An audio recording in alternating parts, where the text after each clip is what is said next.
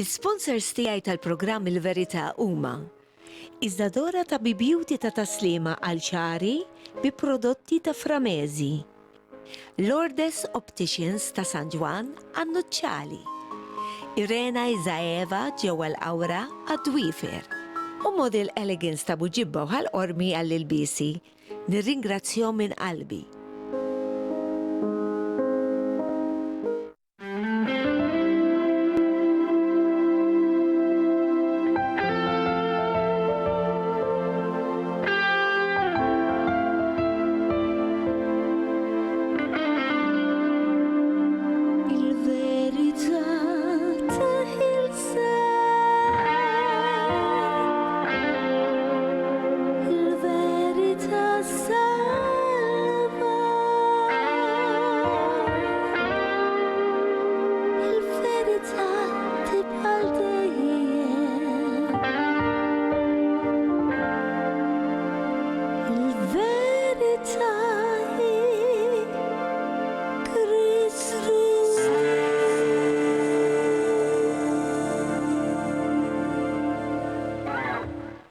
Eżis telespettaturi ta' F-Living Channel insellmilkom u nilqakom għal dan il-programm Il-Verità li qed isir ħafna popolari. Nirringrazzjaw il-Mulej għax dak li rrid mhux għalija jew għall-mistednin tiegħi imma biex tkunu tafu l-verità li hija Kristu.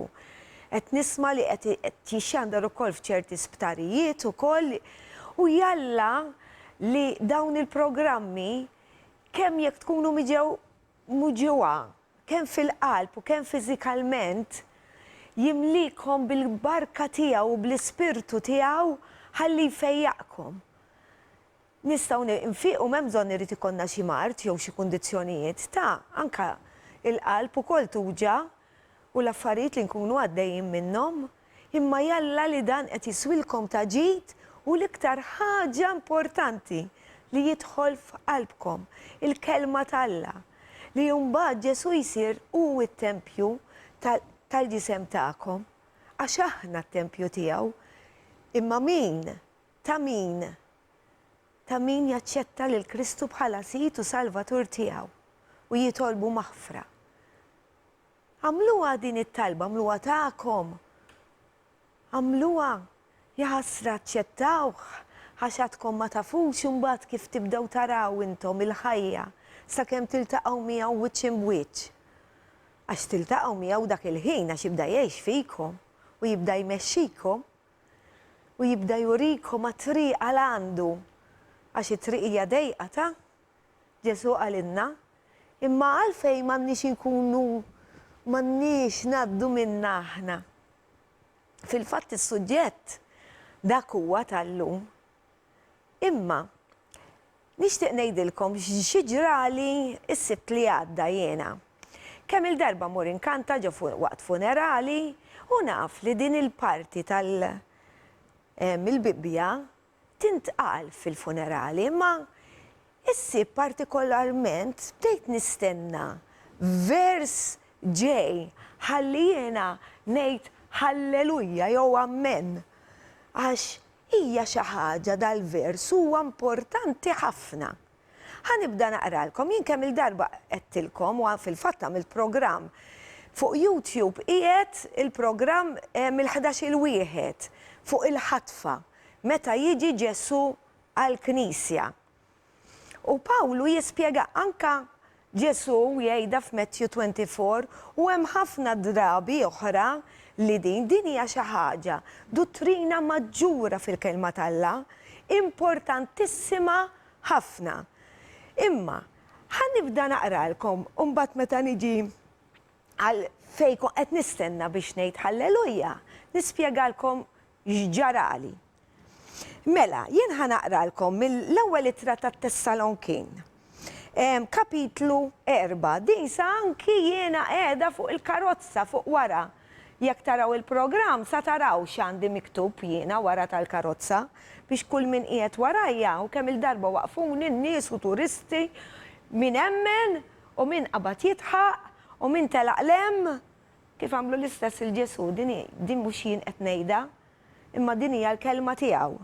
Mela, ħalli naqra jilkom u narġa' għax importantissima ħafna. Mela, ma rridux li ma tkunux tafu ħuti. Mela, ħuti min huma dawk li jemnu fi Kristu u jimxu warajh u jimxu wara l-kelma tiegħu.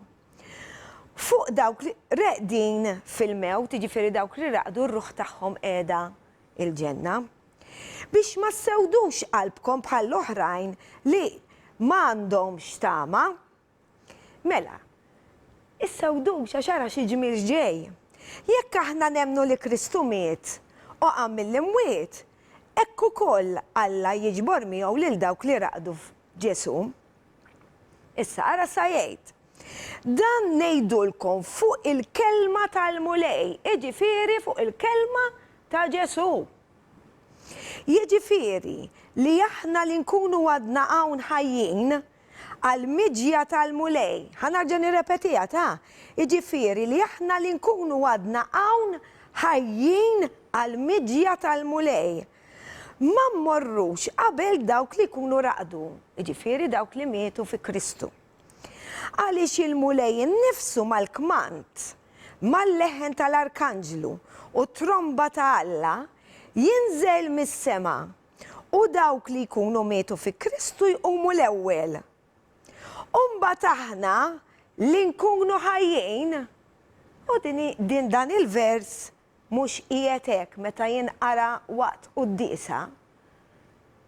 Li nkunu għadna hawn, ġifieri għadna hawn ħajjin, ninħatfu magħhom fi sħab.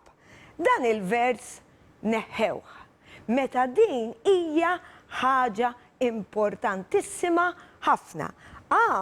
Dil-Bibja hija tal-Kattoliċi, qiegħda hawn. Imma meta jaqraw minn fuq il-pulptu, mhijiex qiegħda hemm. U wara bdejt ngħid għalhekk jiena qatt ma smajt biha din. Għax neħħew.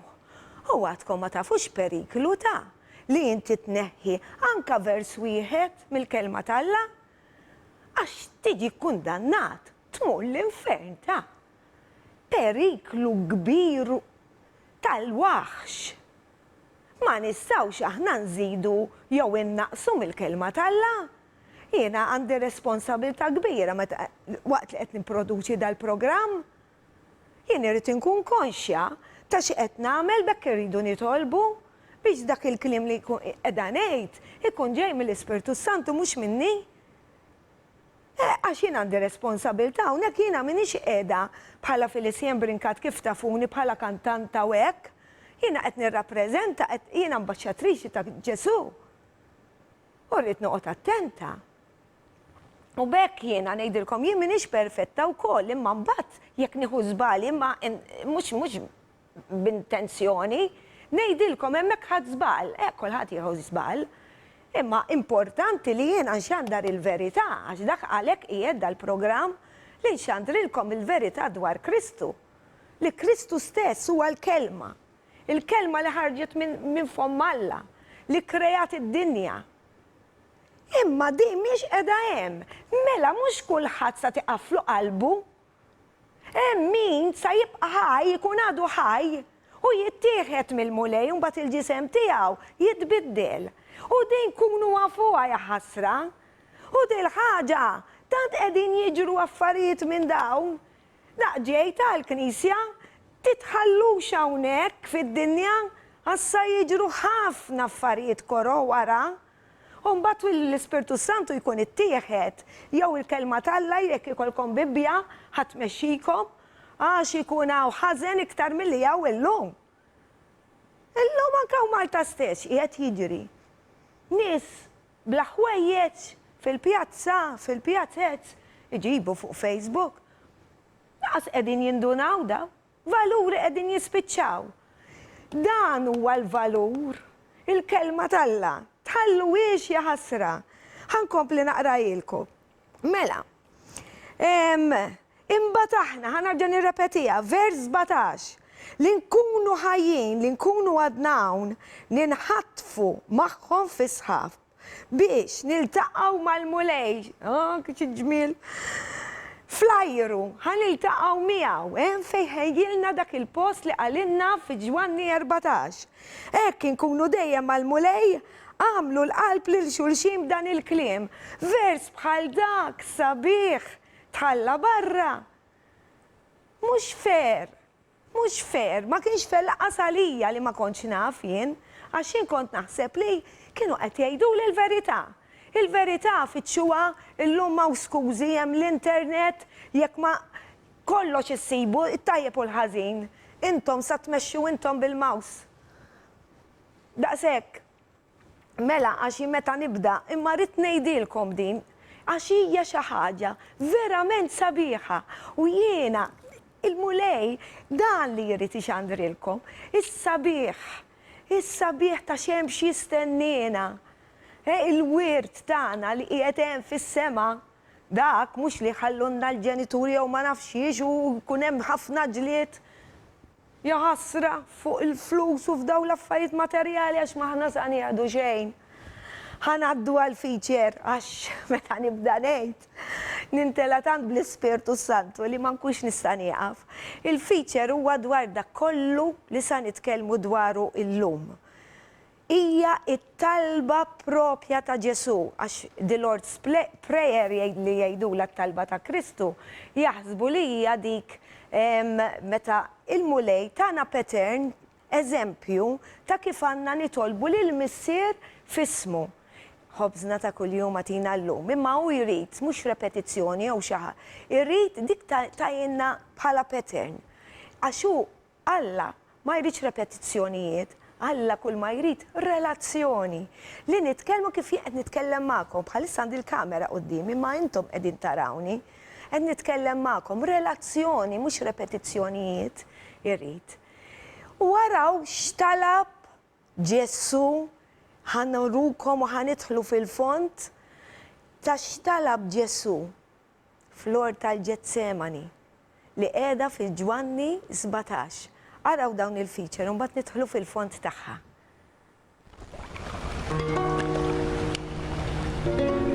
Father, the hour has come. Give glory to your Son, so that the Son may give glory to you. For you gave him authority over all people, so that he might give eternal life to all those you gave him. And eternal life means to know you, the only true God, and to know Jesus Christ, whom you sent. I have shown your glory on earth. I have finished the work you gave me to do. Father, give me glory in your presence now, the same glory I had with you before the world was made. I have made you known to those you gave me out of the world. They belong to you, and you gave them to me. They have obeyed your word, and now they know that everything you gave me comes from you. I gave them the message that you gave me, and they received it. They know that it is true that I came from you, and they believe that you sent me. I pray for them. I do not pray for the world, but for those you gave me, for they belong to you.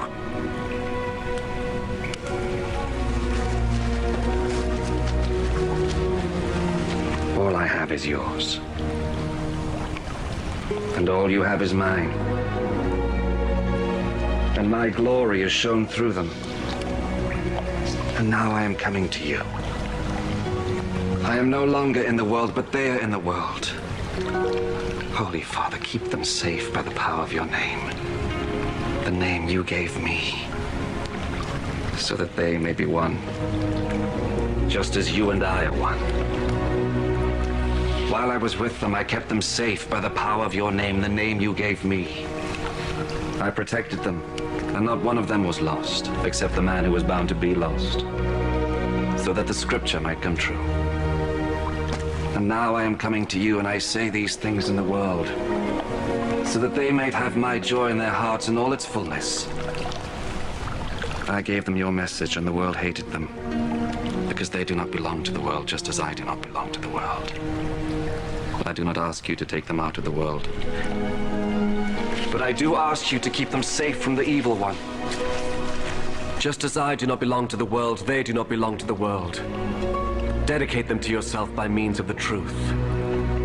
Your word is truth. I sent them into the world just as you sent me into the world. And for their sake, I dedicate myself to you in order that they, too, may be truly dedicated to you. I pray not only for them, but also for those who believe in me because of their message. I pray that they may all be one. Father, may they be in us, just as you are in me and I am in you. May they be one so that the world will believe that you sent me. I gave them the same glory you gave me, so that they may be one just as you and I are one. I and them and you and me, so that they may be completely one, in order that the world may know that you sent me, and that you love them as you love me.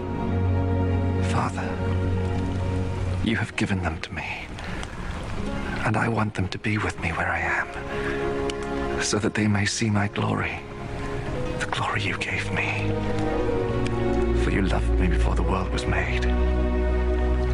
Righteous Father, the world does not know you, but I know you, and these know that you sent me. I made you known to them, and I will continue to do so, in order that the love you have for me may be in them, and so that I also may be in them. Mela mekrajna it-talba li talab il-mulej għalina. Għal min? Għalina. Għal kulħadd? Jew għal ċertu nies. Irridu niċċekkjaw dejjem u naraw u nidħlu fil-fond. Anka li ngħidulkom aħna, żommu l-Bibja ħdejkom u ċċekkjaw magħna. Jien meta kemm ili mmur Bible Studies, dejjem nieħdu l-Bibja, niċċekkjaw, jiena bħal din għandi oħra sewda li iktar qiegħda preċiż għax kemm il-darba nsib żbalji hawnhekk imma bis-saħħatek ħanorijilhom. Insomma nilqgħu lill-paster tiegħi għal din il-Bibja. Din qiegħda iktar preċiża mill-kelma mill-oriġinal. Għax fil-fatt immur naqbad u niċċekkja maħħajn ukoll, ġifieri mill-Maltija l-Maltija u niċċekkjaw anke fuq l-internet. Di ma fiha xejn nieqes. Mela stenna naqra ħalli. Sorry. Senna, Pastor. Nilqgħu kal-programm hi. Pastor Grazzi, grazzi. ġejt. Grazzi Jimmissjawk tal-istedina. in-nies anke l-istaff hawnhekk, il-kru kollu. Jimmissjawk. Pastor. Jien nil-missjom ukoll, ta' għax niftakarhom fit-talb meta nibdew nitolbu. Iva, mela għandna nitolbu għal kulħadd ta' x'aħna. Huwa importanti li nitolbu.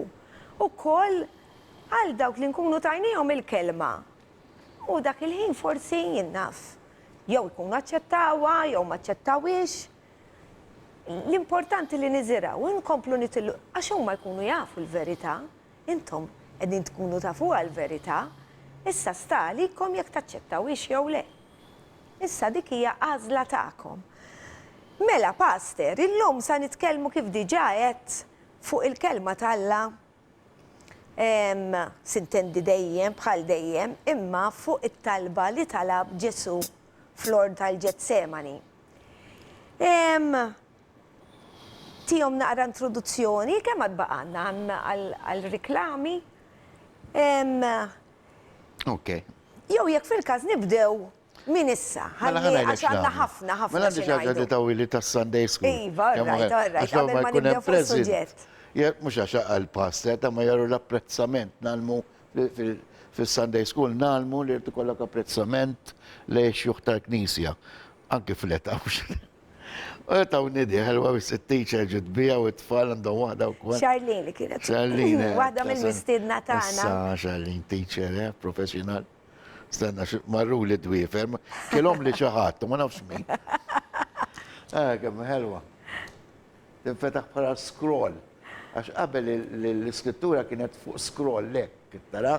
Ma kienx bil-molla, ma talba di li dikirazzjoni Pawlu għamela di fil-kapitlu tal-Filippini. Mbagħad għandha wara. Ħelwa, ħafna ħelwa, vera, Kellhom nħobbhom kuntata dawn waħda kull wieħed, l-affarijiet. gadgets ngħidulhom. Sa saqsija minn fejn. Naħseb u battajlek. Ħaġa ħelwa. Illum ħan nitkellmu fuq l-aqwa talba li hemm fl-iskrittura. Inkredibbli, l-aqwa talba milla Ġesu. Mhix it-talba li naqraw fil-ktieb ta' Mattew, imma fil-ktieb ta' Ġwanni. Fit-talba ta' Mattew, Ġesu tana pattern kif taqbad tajt, forma biex nitolbu. Għawek differenti, li hija talba personali tal-mulej Ġesu. Di dek tidħol fil-film bil ta' tistudjaw kif sa narawa, mbagħad il-Bible study l-Knisja li jkun ikun dirett fuq Facebook. Nidħlu iktar fil-font, laqqas nibdew daw, imma l-aħjar kolkom introduzzjoni. Qabel ma mmorru biex nibdew, nixtieq ngħid ħaġa fuq li għattinti fl-introduzzjoni. Il-ħatfa. Sawa aħna għandna motto li ġej mill-kelma Alla, bl-Ingliż ngħidu whether dead or alive, we are going to be raptured. The blessed hope ngħidula dik li jien naf li xi darba ħajkun hemm inħatfa bil-Malti tiġi mejjed jew ħaj jien sa ninħataf. U taf minn min? Minn Ġesu. Halleluja. Ara xi ġmielu, ma nafx għaliex hu. Dawn dottrini maġġuri, meta nneħħuhom kif għattin tajjeb ħafna li qed tagħmel lek int m'għandekx il-verità. M'intix ix-xandar il-verità kollha, m'intix xandar xejn. Il-verità jew kollha jew xejn. Ġesu miet. All right, mill-sofra u wetta il-profezziji kollha s-salvazzjoni tagħna, mhux parti. Amen. Il-verità hija li Kristu miet għam il-mewt u reġa' ġej. U anke di, aħna fit-qarbin niċċelebraw il-ħatfa. Iva. Dira kontattilkom u oħra importanti. Sakemm jarġa' jiġi. Qed nisma' s-saqassisin ukoll jgħidu għan, qed jisimgħu anke ġifieri. Kattoliċi għax aħna Kattoliċi u nies oħra fil-Knisja Evanġelika ma kienx jgħidu qabel li Kristu ma mitx għal kulħadd. Ejja, praise God. Kristu miet, qed nara llum rajta fuq Facebook, qed jammettuha li Kristu ma mitx għal kulħadd, iżda għal dawk li jemnu. Amen. Għal dawk li jemnu, għal anki t-talba, ħan naraw li talab Ġesu għaw, talab għal 3 affarijiet u morru iktar fid-dettal wara l-reklami u xejn. Imma tibżax, nistgħu nibdew ta' Ok, mela. Ħanati introduzzjoni mela. Mela, ejja nibdew, iva. Mela. Ħan nispjegalhom naqra ħuna paċenzja ħaġa. Li hija importanti ħafna. Ġesu ġi fid-dinja għal kulħadd. Ekku. Imma mbagħad mhux se jaċċettaħ kulħadd. Bekk fuq is-salib miet għal kotra għax miet għal dawk li emnu u sa jemnu. Mela, nistgħu nibdew. Deġa ngħidha importantissima di. Li kif attenti għal dawk li jemnu. Sewa, ġi għal kulħadd dik naqraw f'Ġwanni 3 kapitlu 16. Ġi għal kulħadd, imma mhux kulħadd imma allura Ġesu hawnhekk din it-talba qed jitlob, ok? Għal dawk fit-tielet parti di, qed jitlob għal dawk li jemnu fih fil-futur. Iva. Fit-tieni parti talab għad-disċipli li kienu qegħdin hemm. U li aħna naraw wkoll nobdu l-kelma tagħhom li ġejja mill-Iskrittura li qiegħda fatti kapitlu 2. U jitlob ukoll għad-disċipli tiegħu ta' dak iż-żmien u lilu nnifsu sanaw ta' fid-dettall. Imma nistgħu nibdew għax qed baqalna ftit minuti. Alright, mela. Xi ħaġa interessanti għamilt naqra research kont nafa ta' imma peress issa għandi żurżieqa ta' 70 sena. Alla jbierek, praise God. Tibda timmissja imma l-iskrittura tiskanta. Forsi tinsa referenza, imma l-iskrittura ma tinsiex taf li qedem. Allora skoprejt li hemm fil-kelma Alla madwar, ħanajtek għax probabbli hemm iktar, traffarizza, 222 talba ta' Ġabez, talba ta' Ġona, talba ta' Ġesu, ta' Pawlu, ta' Pietru. Kemm hemm? 222. Fit-Testament il-qadim hemm 176. Ħaniċċekka ħankun Iva, fit-Testament il-qadim. Mela. 176. U fit-Testament il-ġdid hemm 46 talba fosthom it-tnejn ta' Ġesu. Xi Ara ġmiel. xi ġmiel. Mela. U talbdi qegħdin lil-missier fisem il-mulej Ġesu. Anki fit-Testament Ment il-qadim. il-qadim. Amen. Aħseb, Mela, ħanaddu għal-riklami u ħanidħlu fil-fond ta' din it-talba personali li talab għalina il-mulej Ġesu Kristu. Riklami. Il-verità tibqa' dejjem. Il-verità hi Kristu.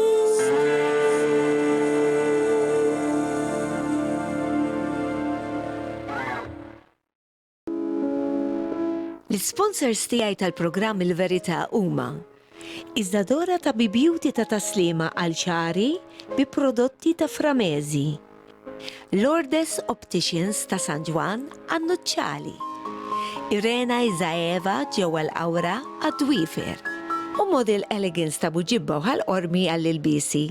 Nirringrazzjahom minn qalbi.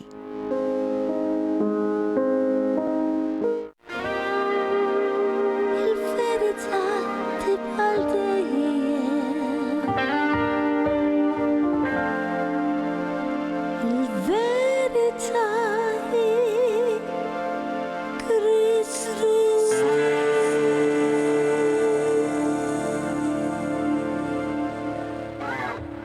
Mela nilqakom għat-tieni parti tal-programm Il-Verità fejn sa nidħlu fil-fond fit-talba personali li talab Ġesu fl-Ort tal-Ġetsemani. Li hija Ġwanni kapitlu 17. Araw xi ġmiel u kemm iħobbna il-mulej. Ħadd m'għandu din imħabba lejna daqs il-mulej. Ħadd u ħadd. Mela, nibdew pastor għax għandna ħafna xi ngħidu. Iva. Mela, din hija talba li ħarġet kompassjoni kbira minn qalb Ġesu, il-medjatur. Sewa? U l-ewwel parti insibu naqraw minn vers 5, minn vers 1 sa 5. Fi kapitlu 17, ok? Ħwa naraw. Għawek musta nitlu fil-fond, ħammorru t-tret parti fil-fond. U iva, imma. Biex nidderġu għom sewa. Mela, għawek Ġesu għet jitlob. Għalih nifsu. Biex u jur il-mulej, kemm uħob, għet jitlob. Lil-missier. Ma talabx il-patriarki li mietu qabel il-Mosè, lil-missieru. Diġaw għet jitina eżempju. Il-minanna nitolbu. Sewa u talab. Biex missieru jglorifikaħ. Fimta, pero l-glorja li jtieħ, fimma di, il-glorja li jtieħ, ma jtieħ l-ħadd. Lif lilu, u li jakkamel il-mulej. Sewa? Umbaħt fit-tini parti li musta naqra għad id-darba, għax hija twila. Ma jċed il-ħadd il-glorja tiegħu. Għasta niġu għalija di. All right. Niġu aħna għadin ninsistu l-glorja hija ta' Ġesu. Għalek il-kelma tal-la kellimna fuq l-ismijiet. Wieħed mill-ismijiet tal-la huwa Ajjur. Mela. Għal-glorja, għal dik il-glorja li għallandu, li anki Satana, dak li rrit, Satana rrit, li aħna imulilu, il-glorja tal-la tmur fuq, ma nexxilux. Minna ħatana, xaw min, hu. Minna ħatalla ma tajjelux. Le, da l-Ġesu bħala bniedem, għax Ġesu kalla kdem kif il-glorja. ħanaqraw, mela, l-ewwel parti. Li ħanaqraw il-Ġesu jitlob għalih nifsu minn vers 1 sa vers 5. Wara li għal dan, Ġesu rafa għajnejh lejn is-sema u qal. X'qal? X'jaqmel, rafa għajnejh lejn is-sema u qal. All right.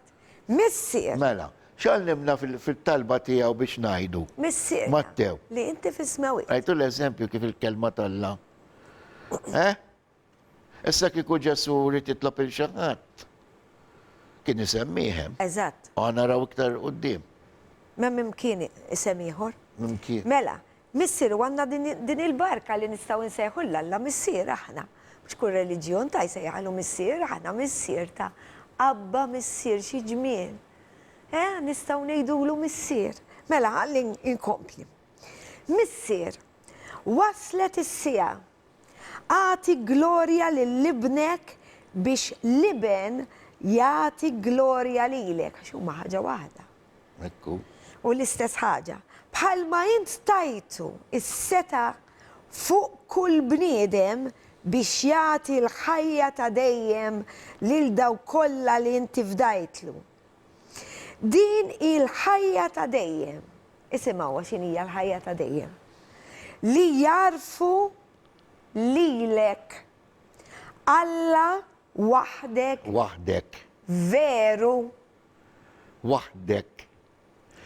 u lil Ġesu Kristu li inti bat. Nista' nispjegadi? Ara. Mela, Mhux qed għalhekk jgħidu ġejt. inti waħdek. U fl-istess ħin qed tpoġġi lilu nnifsu.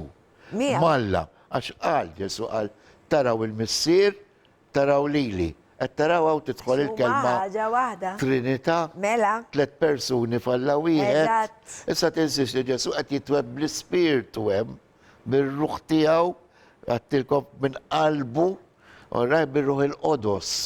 It-tlieta involuti qed taġi ġmien din għad naqqas mis-sejna il-labrata ta' naqqas id-dejja x'ċem tal-erf. Il-ponta tal-labra. Għaliex Mamma jasta ma mia. jgħalmux jekku. Mela, vers Li hu 4. battu. Jien. Jien glorifikajt lilek fuq l-art billi temmejt ix-xogħol li tajtni nagħmel. Smajta di, qed jitkellem diġà fil-futur. Mela. Dan hawn ħajmur għal-qatla. Għal-qatla, mela kien għal-mela, mela. Għax diġà qed jgħid jien temmejt, ġifieri qed jemmen qed jgħidu fil-preżent. Għal-futur, jien temmejt, jien ħanasal. Ħanagħmel dak li inti qabbatni fuq l-art. Temmejt ix-xogħol li tajtni biex nagħmel. Obbedjenti. Mela. Alla, issa dan qed jitkellem Alla, ma qed jitkellem bħal Alla Ġesu hemm. That's good. Tawax, u bniedem. Din it-talba tiegħu personali. Għalih innifsu. Għad-disċipli kellu, naraw iktar qudiem, miegħu biex jarfu l-kelma, ħalli xandru l-kelma, il-verità. Mbagħad naslu aħna hemmhekk issa fit-tielet parti, ma mbagħad dik niġu għal kompli għara vers Mela, 5. issa vers 5. U issa missier, iglorifika lili għandek bil-glorja li kelli miegħek qabel ma kienet id-dinja. Smajta, kien hemm mal-deq. Ġifieri jiena meta ngħidu ħalla Ġesu ħalla l-glorja mis-sema u sar bniedem u mitfusa, għal din qegħdin nirreferu Mela. għat-talba li Ġesu talab lill-missieru personali. Din il-vera tajba, ma rridx innaqqas xejn mit-talba li hemm f'Mattew kapitlu Le, 6. that's good. Mela dik tiswa Però ħafna. din hija talba qed ma naraw xejn repetizzjoni nafdi laqas fil-kapitlu 6, Mattew kapitlu 6. Xejn ma jirrepeti, ġo moħħu kellu ġo qalbu. Ix-xogħol tiegħu li huwa diġà lesta. Hemmhekk, it-tieni parti għan-nies tiegħu li qed jallimhom lil dak li kellhom morru għallhom kollha disċipli ta' mhux apostli biss, għallhom morru mad-dinja kollha, Mattew kapitlu 28 ngħidulha bl-Ingliż the Great Commission. Għallhom biex Importanti nisa u rġiel. Għallhom dak li intom torbtu fl-art li nisa u l-irġiel marbut fis-sema maħlul fl-art maħlul fl-art fis-sema. Ġifieri dak qed jgħid lin-nisa wkoll. Ġifieri għat-tagħlim kif anyway. Mela. Hemmhekk qed jitlob għalih fit-tieni parti kif għadd qed jitlob għal dawk li qegħdin miegħu biex ixandru Biex nibdew naqraw ukoll minnhom. Le, mhux għalissa, xin ma Ok. naslu katik, għana Ejja. morru apposta għat-telet parti. Ejva. Issa li ħanaqraw minn vers 20 sa 26 ħanifukaw fuqa niprofaw nikonkludu l-ewwel parti l-lum. Aw, Min huma daw in-nies li qed jitlob? mela, minn vers Ok? 20, Minn vers mill-istess 20. kapitlu, 17. Sa Mela. vers 26. Jinkolla mimlija bil-isfat. Mela, minix nitlob għal dawn biss, bizna ħna, Mux qed nitlob Issa għal tibżax dawk. ħaniġu għalija. Dak emmek mux qed nitlob għal dawk biss li rċevu l-kelma tiegħi u jmorru xandruha għad-disċipli ta' dak li kellu dak. Dawk li kellem qabel ma uġi maħtuf fis-sema. Sewa? Imma wkoll għal dawk li qatt jemnu fija. Li huma min huma? Bis-saħħa tal-kelma tagħhom. Smajta? Ġifri aħna qegħdin naqraw il-kelma tagħhom. Di l-Bibja hija l-kelma tagħhom. 66 ktib. Ok? Mhux 72, 66 ktib.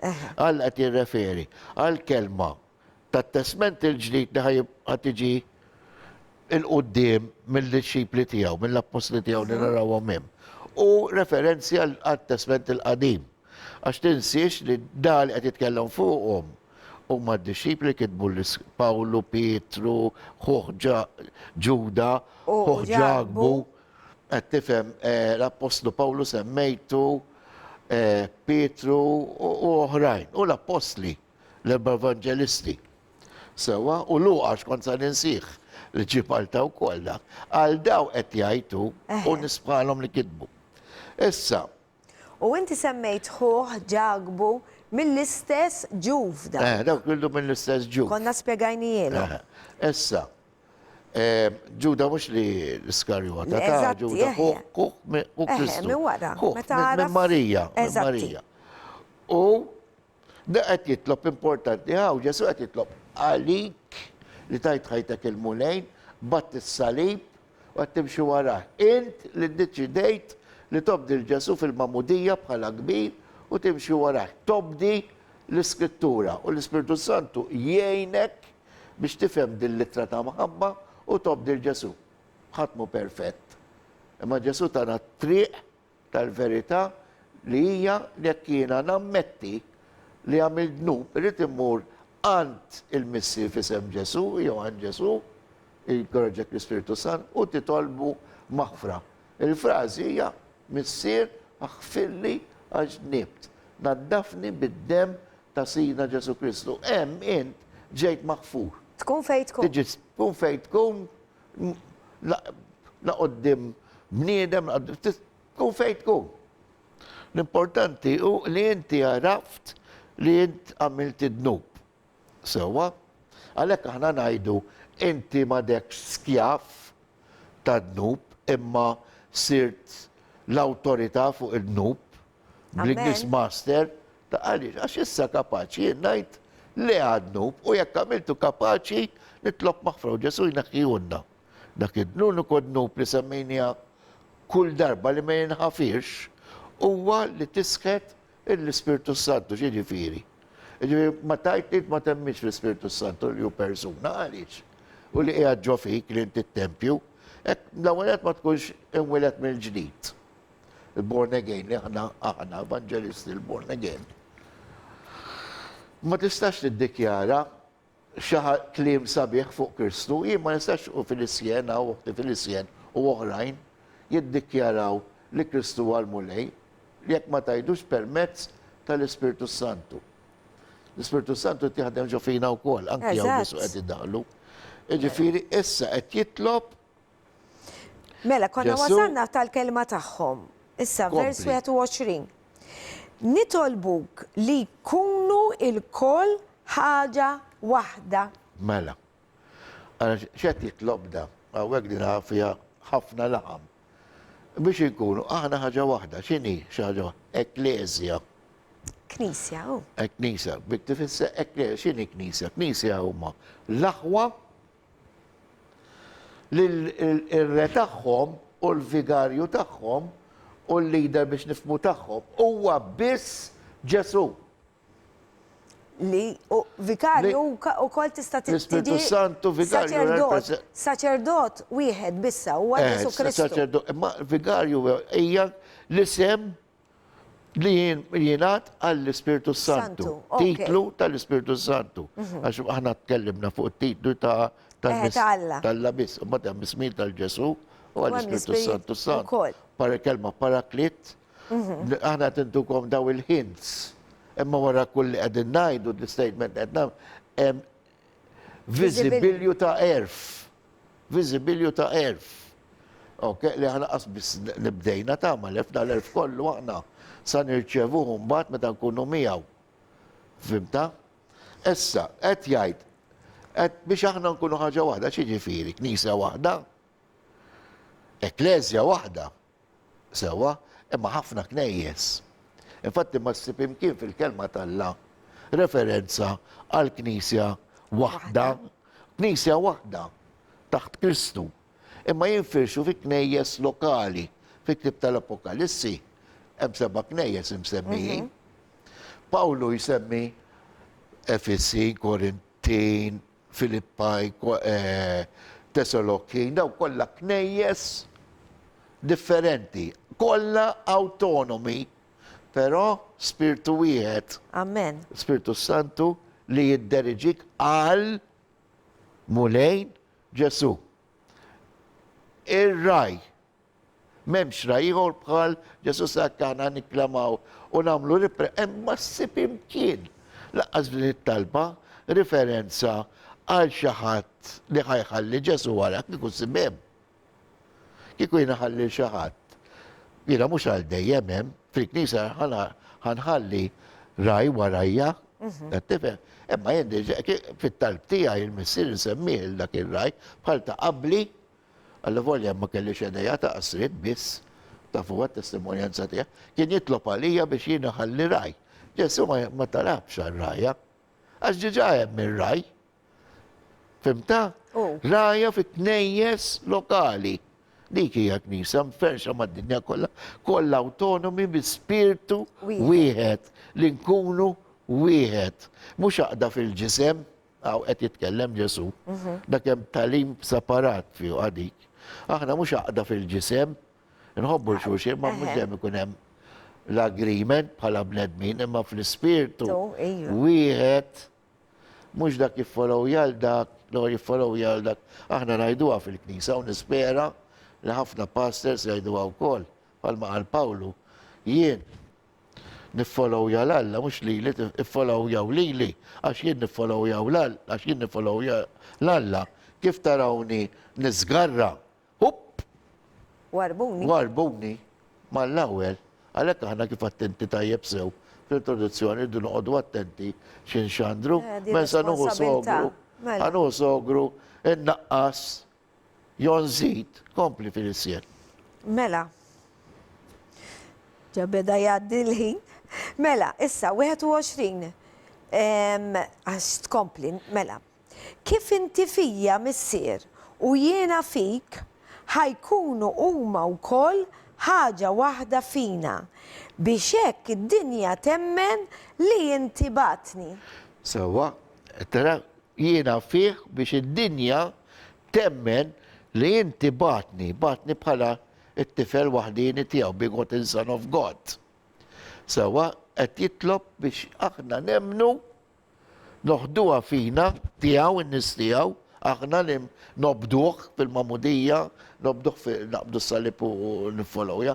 Dak li hu ħażin ngħidu ħażin, aħna niġu ħaġa waħda fih bħalma hu ħaġa waħda fil-missier. U x'tagħmel għalina wkoll fuq is-salib. Mhux hekk? Il-għala niżel. Issa, vers 22. Il-glorja li inti tajt lili jiena tajta lilhom biex ikunu ħaġa waħda bħalma aħna ħaġa waħda. Jiena fihom u inti fija biex isiru ħaġa waħda għal kollox. Ħalli d-dinja taraf li inti batni u li ħabbejt lilhom kif ħabbejt lili. Missier, irrid li dawk li tajtni ikunu huma wkoll miegħi fejn inkun jien biex jaraw il-glorja tiegħi. Il-glorja li tajtni int għaliex int ħabbejtni sa minn qabel il-ħolqien tad-dinja. Missier ġust, tassew li d-dinja marfitekx, imma jien għaraftek, u dawn għarfu li inti batni, raġa repeta, u jiena għarraftom ismek u għat narrafulom iżjed biex li mħabba li bija ħabbejtni tkun fihom u jiena fihom. Ħanaddu għal-riklami u nidħlu fil-font ta' dan li għadni kif rajt. Il-verità tibqal dejjem.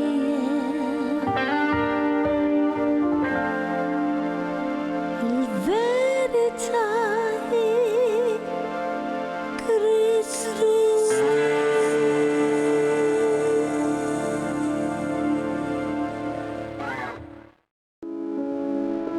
L-sponsors tiegħi tal-programm Il-Verità huma Iżdadora ta' Beauty ta' taslima għal ċari bi prodotti ta' Framezi, Lourdes Opticians ta' San Juan għan-Nuċċali, Irena Izaeva ġewwa l-Awra għad-Dwifer u Model Elegance ta' Buġibba u ħal-Qormi għall-ilbisi.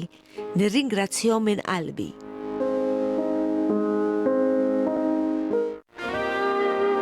Il-verità tibqal dejjem.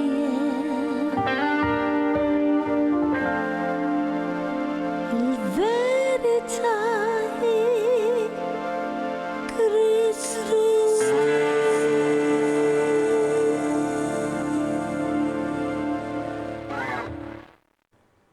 Il-verità hi Kristu. Mela ħankomplu fuq dan is-suġġett tal-lum it-talba personali ta' Ġesu li tala flor tal-Ġetsemani. Mela ħanidħlu fil-font. Iktar terġa. Ħanerġaw nitlu iktar fil-font, iktar. Kull vers bewet wieħor. Iva, Mela mela. hawn naraw li l-Ġesu qed jitlob. X'inhuma qed jitlob? Ix-xewqat tiegħu qed jallimna wkoll fit-talba tiegħu. Ix-xewqat tiegħu lill-missier li aħna nkunu ħaġa waħda. Xiġri? Għax qed diġà qed jurina li hu ħaġa waħda miegħu. Sewwa, issa naqrajnija vers 21. Maqra li vers 23 fil-isjen ukoll, speċjalment l-ewwel parti. 23? Eħe. Mela 22, 23. Jiena fihom u inti fija biex isiru ħaġa waħda għal kollox ħalli d-dinja taraf li inti batni u li ħabbejt lilhom kif ħabbejt lili. Mela xiex biex aħna nsiru ħaġa waħda, nemnu li Kristu xi ħaġa Alla miegħu u għandu l-glorja, għax tinsiex il-glorja bħala Alla. So, u li aħna nosservaw u naċċettaw x'qed jgħid. Minar kompromess. Tiegħu. Issa jew timxi li inti tiegħu, jew ma tistax timxi saqajklaw. U saqajklem, hemmx Qed tan-nofs. jitlob Ġesu li aħna Kristjani, tax minna stess. Ikun hemm tiġi tentazzjoni li jew għajlek ħanibda nagħmel nerġa' mmur lura u li nerġa' mmur lura. Jiena għaddejt minna tadi. Dak kważi kulħadd għaddej minna. Imma l-verità hija li inti terġa' tiġi lura bħal bliben il-ħali. Il-ħali. Dak qed jitlob Ġesu biex aħna nerġgħu mmorru għall-verità u rikonoxxu minnu l-missier u minnu hu. U minnu l-Ispiritu Santu. Hemm xi ħaġa- Vers 23. Mela, ir-raġuni x'inhi? Għaliex qed jgħidlek da? Qed naqleb biex aħna dawn ħafna studji qed nippruvaw naqlbuhom bil-Malti. So, aħna nagħmluhom bl-Ingliż għax l-informazzjoni li studjajna kollha bl-Ingliż għax hemm ħafna f'affarijiet ta' verità ġew moħbijin, la ma introduċjuhomx, fimta? Issa raġuni medjatu kont l-alla tagħha diku.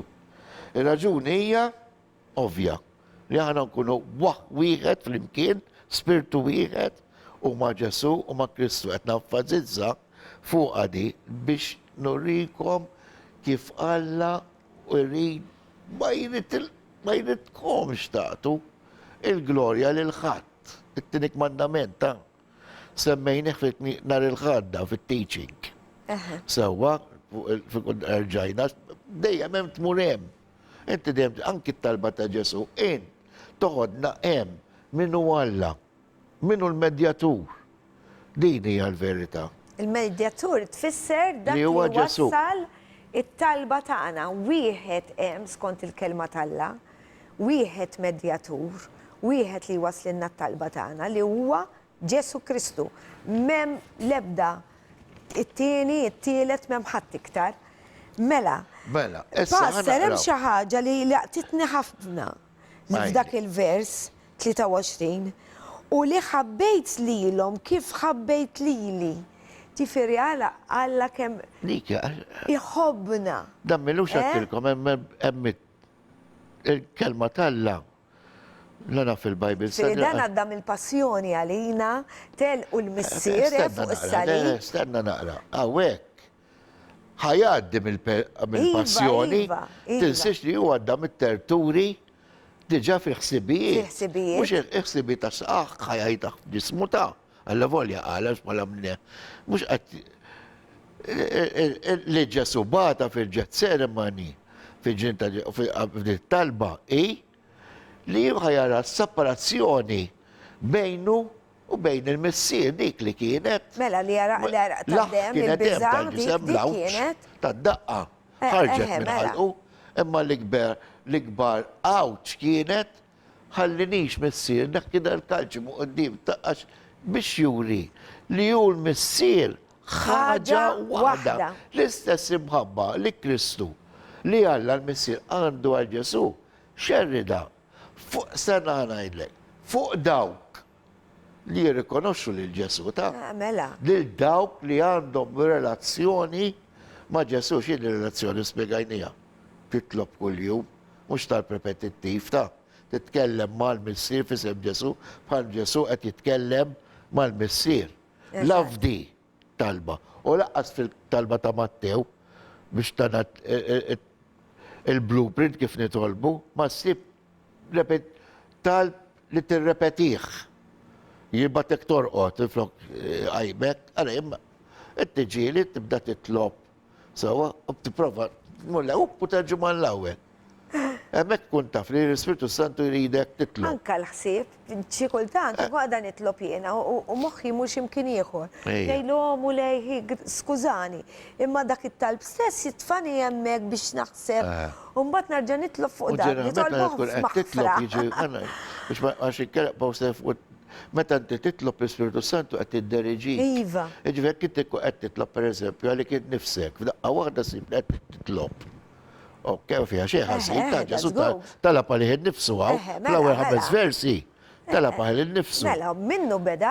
U mbagħad beda jitlob għalina ħarġu mmorru issa li aħna nosservaw għawek edha sabiħ whispering, nisbiħ hold. To observe, tosserva, tammetti, tirrikonoxxi il-glorja ta' Ġesu. Ġesu qed jitlob għal dawk li jirrikonoxxi il-glorja ta' Ġesu, li Ġesu ma jxerrida u ma jaqsama ma ħadd. Sewa, nistgħu aħna nitlu taħt il-glorja tiegħu u nitkellmu għax dak hemm ħafna tagħlim fuqha. Infatti hawn biċċa mhux jatlu fiha għax impossibbli. Dak imbagħad fil-Bible study jatlu fuqha il-Knisja. Li Ġesu vera ma jxerritx il-glorja tiegħu, imma jittaverjana bil-glorja tiegħu, ġifieri nuri il-glorja tiegħu, in bħala t-tifla tiegħu, jien bħala t-tifel tiegħu, u dawk li għandhom relazzjoni ma' Ġesu, il-born again, juru l-glorja ta' Ġesu. Però l-glorja hu Ġesu, bħal dawl. Ġesu huwa dawl.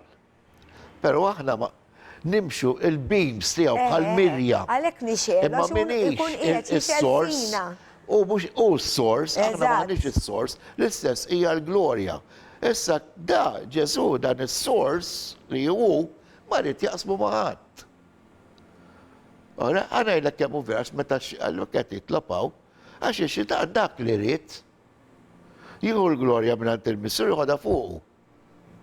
Jien laqas biss ma taddilli minn moħħi l-ego huwa parti l-ego, kelma ego, xini bil-mal. Gburija, mux gburija, ftaħ. Supervja. Supervja. Sana jidek, supervja. Jien ma nemmem xedik supervja. Pride. Iva. Dik hija il-karattru tax-xitan. Dak mhumiex ta' Ġesu. Fimta? Ta' Ġesu ma dawk li huma X'ħasra. umli. So, ġifieri biex aħna nosservaw, nifmu x'inhi il-glorja tiegħu. Ħara li vers 24. Mela, vers 24. Missier, irrid li dawk li tajtni ikunu huma wkoll miegħi fejn kun jien. X'jieġi? Fimta? Li jem miegħi. Biex jaraw il-glorja tiegħi, il-glorja li tajtni int, għaliex int ħabbejtni sa minn qabel il-ħolqien tad-dinja. Smajtem, ekbek qed titkellem fil-passat, fil-preżent u fil-vers futuresk ngħidu. Verb fil-futur.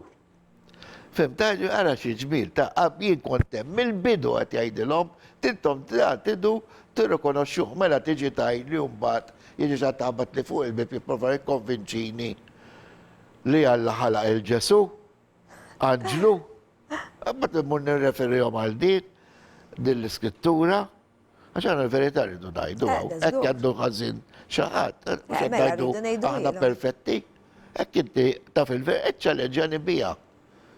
Fimtina lek meta mmur fuq, joġib li bniedem jaf il-kelma biex jitkellem miegħi, għax aħna m'għandniex majtin biex nirribattu, debate, the word, Eżatt, li ngħidu l-verità. Eżatt. Ma tantx ikun qed jiġu. Fimta? Anyway, mbagħad naraw hawnhekk Ġesu qed jitlob li aħna nosservaw importantissima di rajta vers 24 it-tieni parti. Ok? Li aħna l-awtorità tagħtilu demnu l-awtorità, il-glorja, skużawni, il-glorja tajjilu l-missier fuq l-art.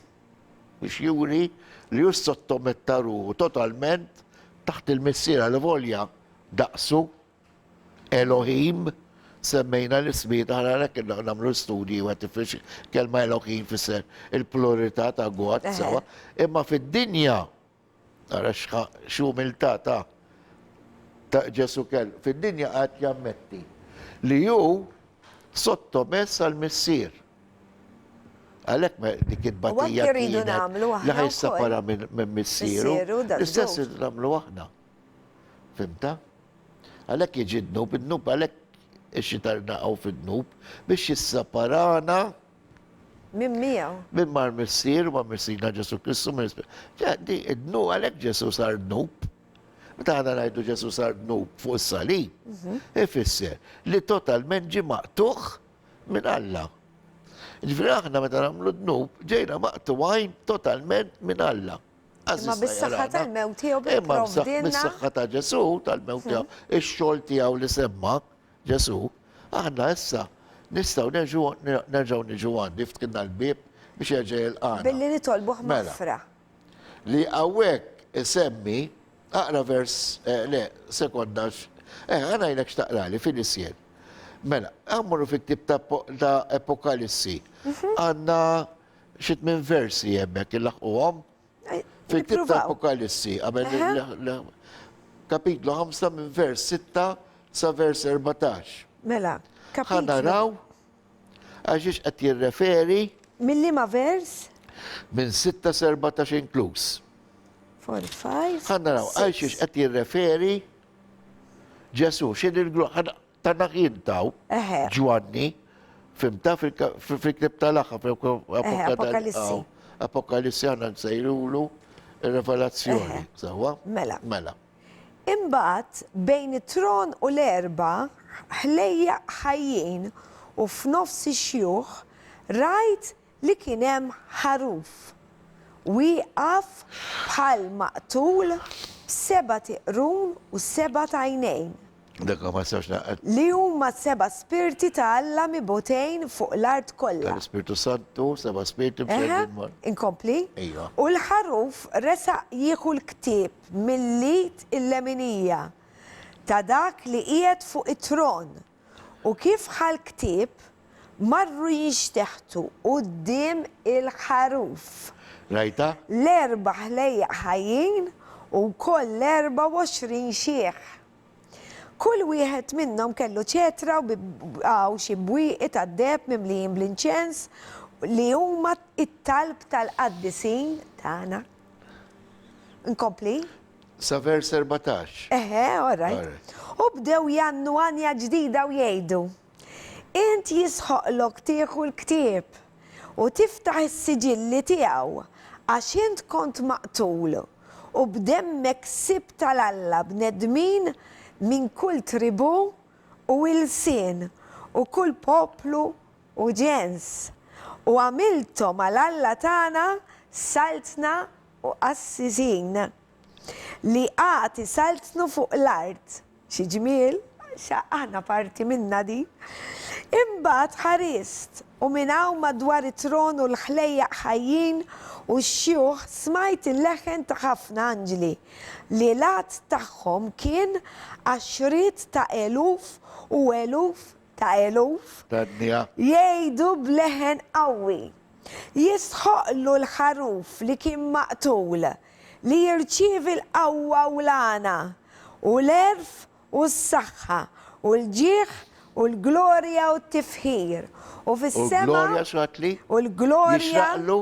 il-ġieħ u l-glorja u t-tifħir. Lajtu? Ma daħħal il-ħat maħħom daw. Da żgur. U fis-sema fuq l-art, taħt l-art u fil-baħar u l-ħlejja kollha li fihom smajthom jgħidu lil dak li qiegħed fuq it-tron u lil ħaruf jingħata t-tifħir u l-ġieħ u l-glorja u l-ħakma għal dejjem ta' dejjem. L-erba' ħlejja ħajjim dew iwieġbu Amen fil-waqt li xjuħ jinxtaħtu jagħtu ima. Issa, hemmhekk hemm xi ħaġa, għax spiċċajtu l-vers 14. Iva. Għax hawnhekk differenti naqra, mhux ikunu differenti, l-interpretazzjoni tkun mela.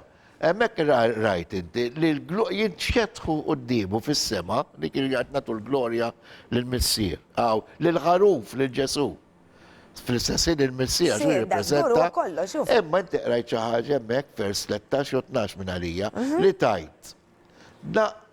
Kull ħlejqa fis-sema, fl-art u taħt l-art. Jekk immorru fil-ktib ta' Esodu fejn hemm it-tielik mandament, ħanfakkarkom xe, la tistgħu tagħmlu xbijat, la fis-sema, la fl-art u laqqas fil-rajta l-iskrittura kif issa da fl-aħħar ktieb.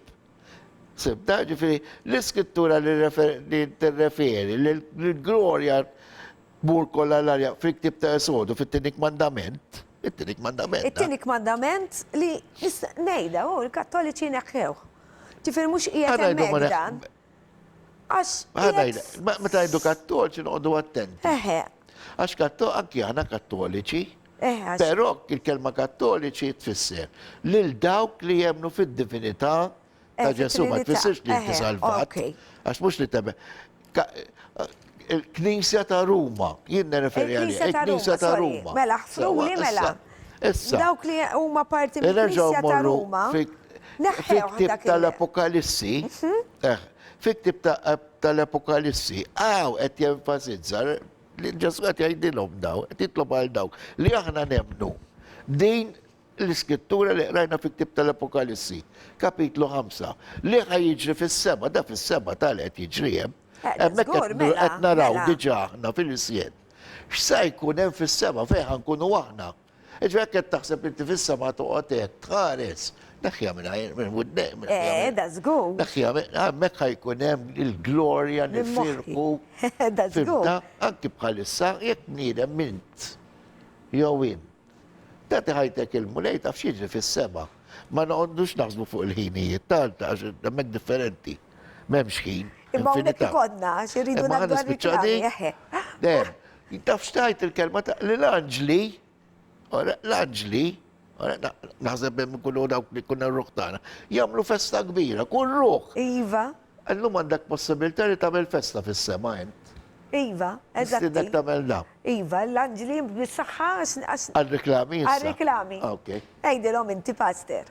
Għal-riklami.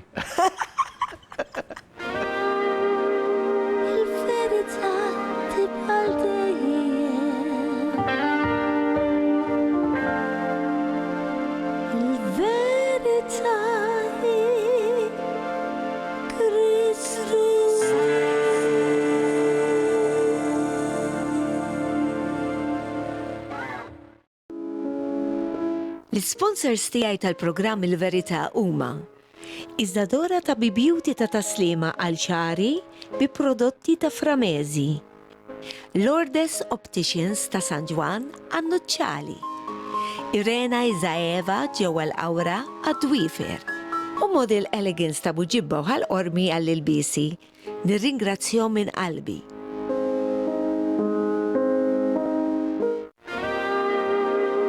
Il-verità tibqal dejjem.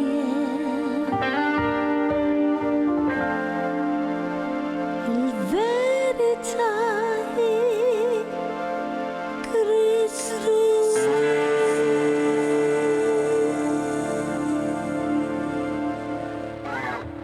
Wasanna l-aħħar parti, Pastor, tal-programm Il-Verità li qed nisperaw li nispiċċaw fuq dan li L-ewwel qegħdin parti, ngħidu.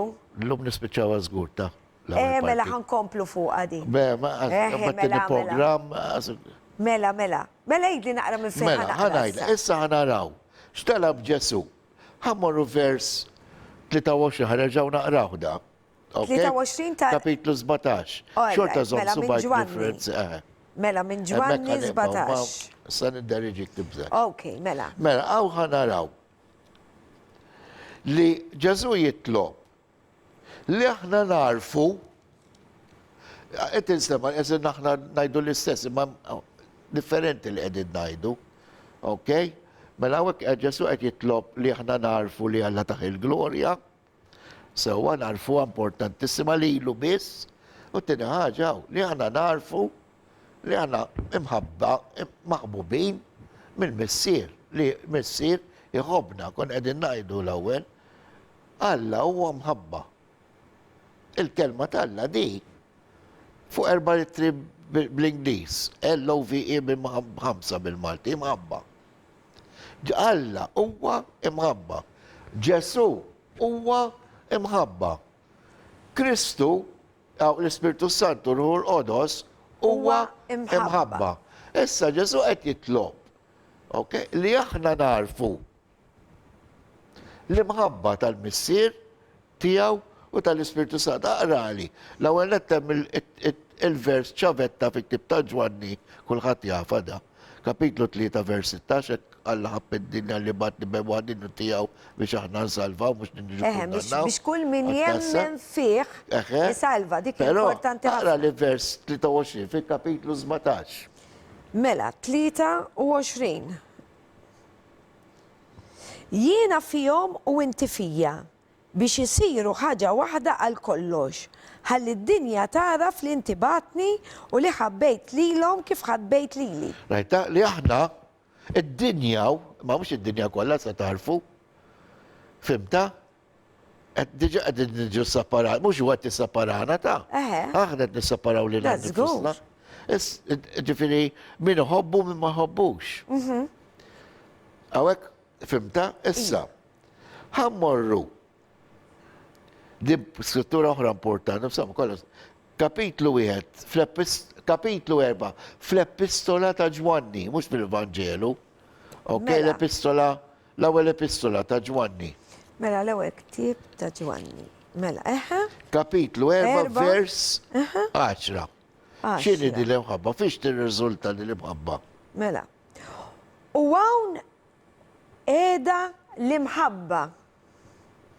Mhux għax aħna ħabbejna l-Alla, imma għax ħabna u ħab lill-ibnu biex ikun ta' tpattija għal dnubietna. Xi ġmiel, Pastor. Ħanarġa naqra, please, ħu naqa' paċenzja. Mela, u hawn qiegħda l-imħabba, jekk tista' d-direttur iġibli naqra lili close-up, għax din nixtieq ngħidha close-up. U hawn qiegħda l-imħabba. Mhux għax aħna ħabbejna l-Alla, imma x'Alla, imma x'ħabna u bat lill-ibnu biex ikun ta' tpattija għal dnubietna. Xi ġmiel. Issa ma jaqafx hemm u jitlob vers 26 kapitlu 17. Fl-Evanġelu. Kapitlu 26, kapitlu 17, vers 26. Għattilkom skużawni għax kultant Seba' sena żurżiqa. Xanka jina mill-izbalji paster. Jgħadni xieħu kol. ħaġa sabiħa Ija zatta, Għaliex xaxa kultant sanajt tibda barka. tsappab. U hija. Mela, Mela, fejn wasal 26 fix-kien edna, issa? ux. 26, aqra li U di. jiena arraftom ismek u għat narrafulom iżjed biex l-imħabba li bija ħabbejtni tkun fihom u jiena fihom. Mela, mur f'kapitlu 14, ma ħanajt xi ħaġa qabel, vers 21. 14, all right, ta' ġwanni. Ta' ġwanni. Mela, għawek xet naraw. Li għallet Ġesu qed jitlob l-missieru li aħna narfu li mur ħajqaf qatt tħobbna qatt. Halleluja. Li mħabba talla qiegħda hemm tal-missier ta' Ġesu. Qal mhux għal-mument, edem għal dejjem. Ħaġa importanti, ma tinbidel qatt. Mhux bil-graf li mħabba talla, minna li għadġi sammejta fil-program. Għab nsemmijom daw. Mux bil-graf, għalla l-graf tija huwa straight line, imħabba. Ma jbiddilx l-imħabba tija. U jibqa jħobb wasli tkun tija, mux ma jħobbomx l-oħrajn, irridhom jisalvaw. Eżatt. Imħabba differenti. Għalla jħobbna bħal u jħobb il-ġesu bħal u lidu, bħala bniedem, bħala bnedmin. Fimta? Issa, xatlek vers Kapitlu 14 metlix il-vers. Issa, vers 21 sa 23. Mela, 21. Ħannaraw minn huma daw. Ħannaraw għal minn qed jgħidha, għax mhux kulħadd jidħol. Ara tista' xi ġib li naqra, ħataraw naqra. Jiena daw iż-żewġ kapitli nħobbhom wis għax ma xi ġmiel. U 17 ukoll. L-14 araw naqra kemm għandi kuluri zejnu l-ġnien. Xi darba ngħidu fuq ir-rainbow fil-isjer. Iva. Xejdu la rainbow Tant bħalissa. tiswa daw, ġda qed jitkellem Ġesu ukoll. Araw, mela 21. Għassa jaddinna l-ħin, u ma tibżal. Mela, min iżom il-kmandamenti tijaj? Sorry, xatli. Min iżom il-kmandamenti tijaj? Mela, dawn u huma. jħarisom. U iżommhom u jobdihom. Dak u li jħobbni. Għara vers 23 issa, biddi rajtu 22. Le, għadni le, mill-istessu. U min iħobb li jħobb u koll il-missier. U jienu kolli nħobbu u nuriħ li l-nifsi. Vers 23? Issa, 22 ħana Għataqret 22 u 23. Ġuda liħor mux l-iskarjota għal il-ġesu. Mulej, din kifini li inti seturi ruħek lilna u mux l-dinja. Ġesu iġbu, tijaqida bl-isfar. Daħu għet jitkien saqsiħ u stess. Jek xi ħat tiħobbni, jħares kelmti. Skużi xaħat? Mela, jħares kelmti. Kelmtu Mela, il-kelma ta' Ġesu. Ekku, bravo. U missieri, mela kelmti u missieri jħobbu. U aħna niġu namru għandu. Xieħlew, Xi ġmiel, min ma jħobbnix, ma jħares kelmti. Sajta, Klemi. jekk inti ma temminx fil-som il-kmanda, ekk inti ma temminx fil-Bibja, Mela ma ma tħobbux. tħobbux. Ekk inti minn tissatem, edha klirem. Issa, edha mux taqra. Ekk inti ma tħobbx, ekk inti ma taqrax il-kelma tijaw. U ma jħares Jienak klemi. nikteb itra, meta mux għax il-sifru separati ħafna ta' ma jiraw il-mara dejjem flimkien, ma xi darba, meta konna l-Libja l-ewwel darba, sifirna separati biex nurjali l-ħobba li ktbila kont titraġ dak iżmi ma kienx konna fli qrata x'tibat li risposta. Eżatt. U naħu pjaċir kieku ma qratix ngħidlek ma tagħtix kasi. Mela biex nħabba U l-kelma li qegħdin tisimgħu mhijiex tiegħi imma tal-missier li batni. Rajta? Sa 24 qed li? Sa 23. Mela Mela l-kelma. All right? Tidu tobdu klimi qed Wow. jgħid, imma mhux tiegħek imma tal-missier. Nikkonkludi jew. Nagħmel hekk. Mela, xirrit, xet juri Alla għaw Ġesu fit-talba tiegħu hekk li aħna u x'ħan inkonkludu. Iva. Mela, li għana nkunu wieħed fl-ispirtu, klisja waħda, ir-raj ħadd iktar ħlif Ġesu l-Ispirtu Santu, l-Vigarju.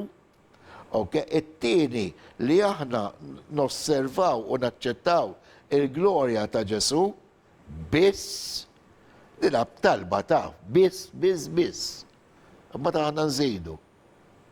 U l-oħra li aħna narfu li aħna maħbubin mill-Missier, minnu mill-Ispirtu Santu, u din li maħba miex għal ċertu żmien, hija għal dejjem. Għal dejjem ta' dejjem għalina. Ġifranki wara l-mewt aħna, wara l-mewt jekk jimmejjet juħaj ħaniġi maħtuf, jien dejjem maħbub. Jekk inżomm il-kelma tiegħu, jekk nobdi il-kmandamenti tiegħu. Nitolbu? Xieġmi li Iva nitolbu ħalli mbagħad nispjega l-kanzunetta li wkoll taqbel ma dak li għadna kif tkellimna. U jien ma kontx nafsa naqra, inti tajtni l-lista ta' xirrit naqra waqt il-programm, imma ma kontx naf. Wow, meta nibda naqra li dal-programm iktar il-mulej qiegħed jorina li huwa fi spirtu wieħed maqut Il-verità. miegħu. Il-verità. U nirringrazzjah il-mulej ħanitolbu mulej għal dawk li semgħu illum ukoll. Nixtieq ngħid ukoll li aħna kull nhar terba fis-7:15 ikonna studju dirett minn fuq il-Facebook page tagħna tiegħi u ta' Antoinette.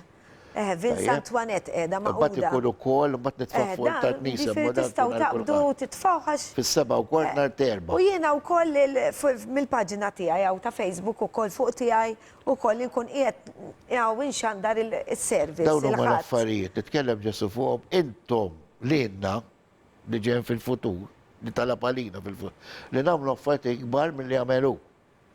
Għattifem, għalek ma nistawx ħana għandaw daw il-mezzi moderni irdu nużawhom biex inxaddu l-Evanġelu. Ġerju mela. So għan nitolbu mela Ejja nitolbu pastor. U missier, nirringrazzjak tal-imħabba kbira li intu rejt minn ibnek sina Ġesu Kristu. Grazzi. L-erf kbir li t-tixxerja maħna permezz tal-Ispirtu għaddis tijak. Ruħ il-Qodos. Grazzi missier ta' sina Ġesu Kristu. Grazzi. Bulej Ġesu tal-Ispirtu tijak għaddis. Ejja għammar fina, għax bik, Spiritu għaddis, nistaw nkunu ħaġa wahda. Nirringrazzjak tal-kelma talla mullej. Tijak, li ment li ħna nemnuwa u natwawa, missier, inti tiġi glorifikat. Amen. Kemmi sinċira l-imħabba tijak. Jien dudu tajt il-kelma tijak, mulej, u dawartni prinċep miegħek mulej. Halleluja. Għal-glorja tijak. Kemmi sabiħa mulej, il-kelma tijak. Kemmi sabiħa, it-talba tijak mulej Ġesu għalija. Għal dawk u l-dawk li jemnu, missier. Grazzi. Kompli mlina bil-spirtu għaddis tijak mulej, birek dan l-istazzjon mulej, birek dawk li jemnu fik u birek u kol dawk li inti sejjaħt għal-verità u għadhom jarblu għamulejn. Biex xi darba naf jien ħajġu meħlusin. Amen. Bil-kelma tijak li hija il-verità. Halleluja. Fisem il-mulejn sutlob dan. Amen. Amen. U għana najdu 3-1. Halleluja. Mela Il-mulej ħanaddi- birikkom. Iva, ħanaddi għal-kanzunetta li għanda klimu u mużika ta' Nick Partis mill-album tiegħi The Upper Room. U għan nispiegajilkom bil-Malti, għax jgħat niprofa namel traduzzjoni għalli tifmuha. The Upper Room, ti pastor ta' ġara, l-Ispirtu Santu. Mela, titkellem dwar l-Ispirtu Santu. L-Ispirtu tijak juri bil-sna tan-nar. Hemm fil-kamra ta' fuq. Is-seta mqazza tad-difensur li jgħid li satibat biex tagħmel arusa għall-arus minn kapitlu 14 li qal li sajbatinna l-Ispirtu Santu. Inti l-mulej ta' kull il-sin u kull tribu u kull nazzjon, rajni fl Revelations. Lissa. Tkellimt u l-ħajja bdiet bħolqien mill-izbaħ. Fittixt il-wiċċe konsultant tal-ħajja. Naf li jiena salvata, jew salvat. Biz bil-grazzja, bil-grazzja aħna salvati, biz, mux billi namlu l-affarijiet opri tajba. Issa, il-biża kollha kienet marret u l-kuraġġ mela l-qalbhom u mela lil-kull min irċieva l-Ispirtu Santu biex tagħmilhom b'saħħithom u kuraġġjużi, jitkellmu b'lingwi li qatt kellhom, qatt talmu ħsat ta' 3000 ruħ. U mbagħad hemm il-bridge li jgħid Spirtu Qaddis aqa' fuqna. Kif aħna nobdu s-sejħa tal-imgħallem tagħna. Ejja bil-qawwa u n-nar fuqna l-koll u mbagħad ngħajjat Ġesu. Mela, the upper room.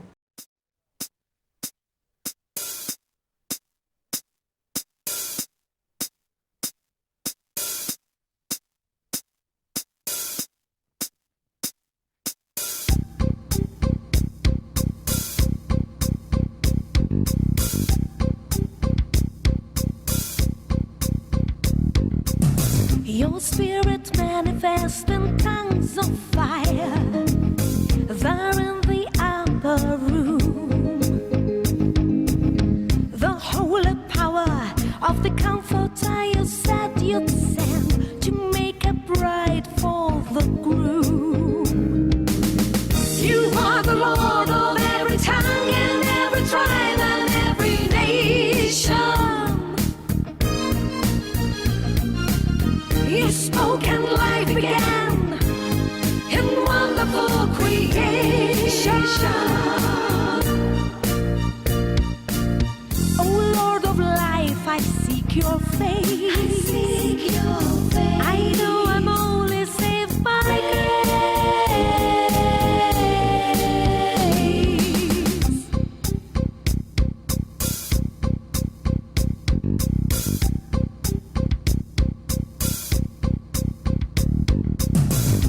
Fear was gone and courage filled their hearts to make them strong and bold,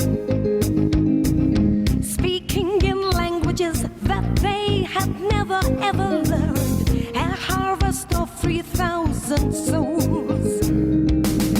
You are the Lord of every tongue and every tribe and every nation.